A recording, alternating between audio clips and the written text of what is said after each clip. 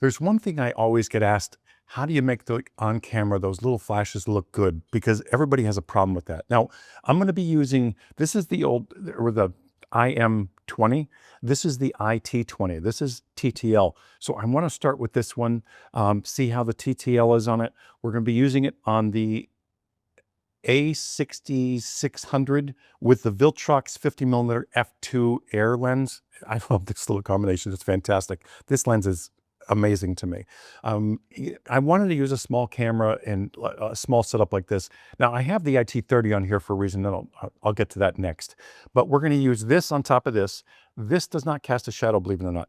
The only time I got it to cast a shadow when I was this close to a subject, and it was a tiny little arch down the bottom. Other than that, there was no shadow cast from this directly on this camera, which amazes me.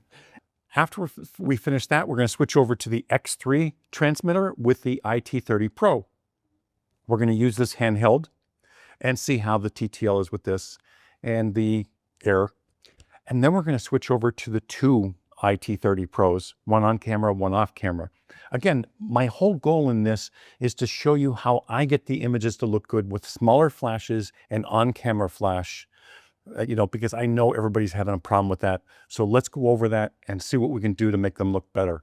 I promise you, you can do this. So let's just get into the shoot, follow along with me, and let's make your images look great with tiny little flashes.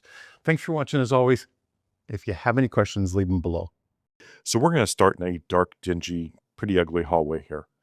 I'm going to set my aperture first. I want to be wide open, so I'm setting to f2 on this lens. I want to set my shutter at 1/60th because I don't want camera shake, and that's the highest you can go in this camera. Then I set my ISO. I'll adjust it to get a good exposure. I can see it in the screen here. My flash is off. Otherwise, I wouldn't be getting the actual exposure in the screen. So make sure your flash is off during these steps. Now, I'll put the flash on, but I'm going to subtract down to minus 2.0 or 2.5, and I'll take a shot and see if I have to, subtract it or add just a little bit more. But I want it really, low. So it's in TTL mode. I'm at minus 2.5. This is giving me the look that I want. Now, you can see in the eyes how big her pupils are. That's how dark it is in this hallway. You're going to get red eye. It'll be at different degrees, but it's an on-camera flash, so expect that. Sometimes you won't get it, especially if you're shooting in a brighter area. You won't get it because the pupils will go down just a little bit. And it depends on the angle as well. You hit them at the right angle, they're facing you the right angle, you're going to get red eye. So this TTL is actually working extremely well for the situation that I'm putting it in. Remember, aperture and shutter first, and then adjust your ISO to get that exposure that you want. And then you're going to add the flash, at -2 to start. It can go all the way down to -3, just to add a little bit of fill. Now that last image was without flash. Now I'm good with the exposure because I set my exposure, and then I'm going to add the flash. Now this is up -1.5. Remember, I'm just using flash, the on-camera flash, to fill. Now, I don't care if I'm using a handheld with a remote or that little on-camera flash. These flashes are fantastic for filling in that light, giving an image depth. The key is get your exposure right first without flash. This here, my ISO is too low.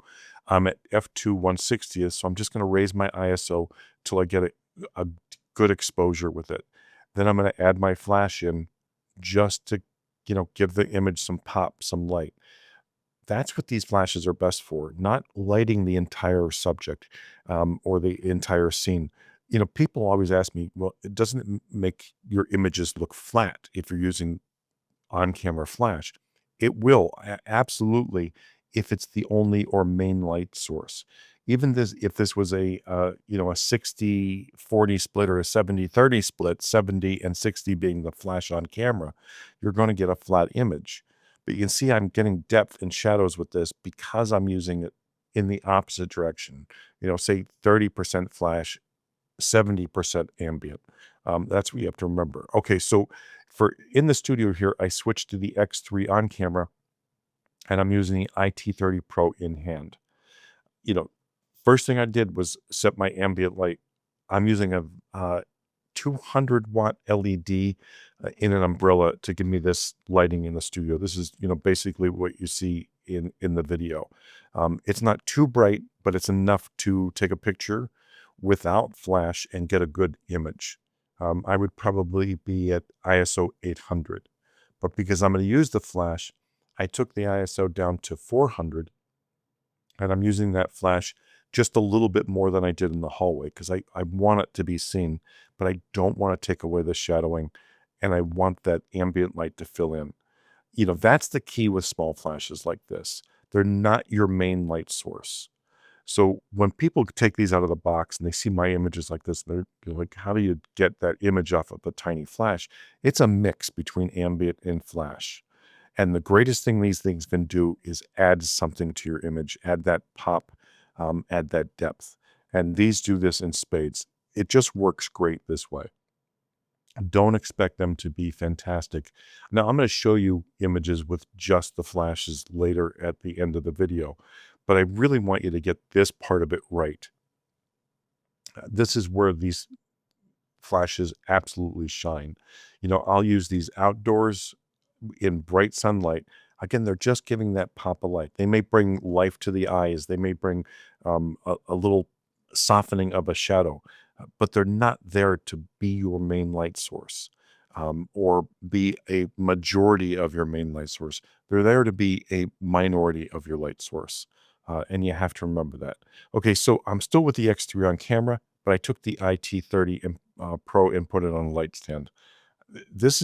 It's just good light.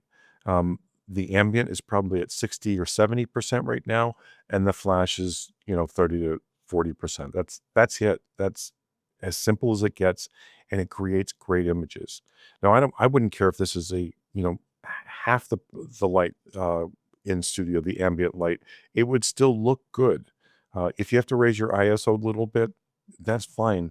Use this off-camera tiny flash as an enhancement, not as your main light source. That's the key with these. And, having that off camera, which I absolutely love like this with the X3, I don't have to worry about that side shadow like I'm going to have to worry when I set the IT30 Pro on camera, which I'm going to do now. So I'll have the IT30 Pro off camera on that light stand and on camera as well. My on camera is, the master, because it controls the other one, the off camera, and I have it set at -3. You're still going to get that little bit of shadow shooting in vertical. You'll see it just a little bit. I'm sorry, that first one was at -2. This one's at -3.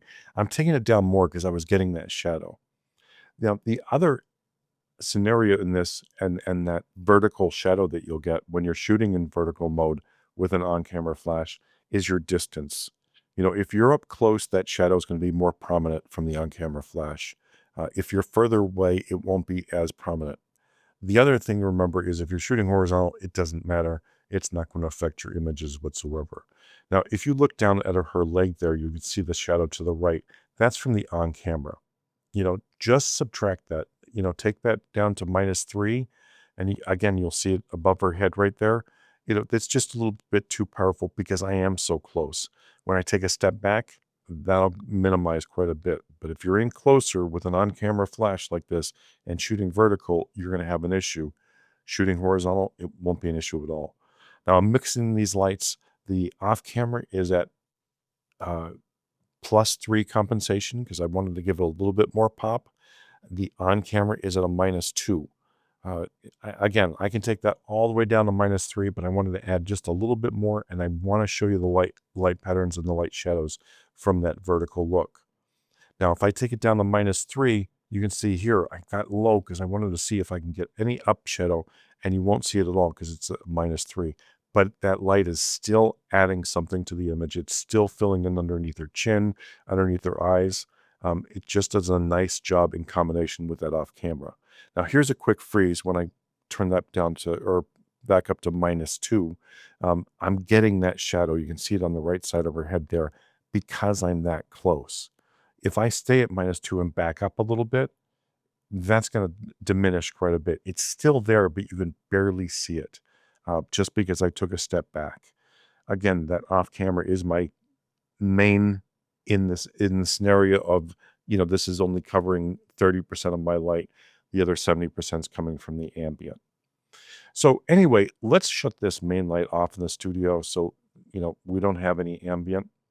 And if we do, it's just very minor. And I'm just using the 2 flashes now. The on camera is at -2. You can see how prominent that shadow is in the vertical mode. I take it down to -3, but then I step into her closer, and that shadow becomes even more prominent because it's vertical. Turn it to horizontal, it's a gorgeous image. I'm at -3 on the main camera. I'm still at +3, plus 0.3 on the off-camera flash, and I'm getting great images with this. I hope you enjoyed the shoot. If you have any questions, leave them below.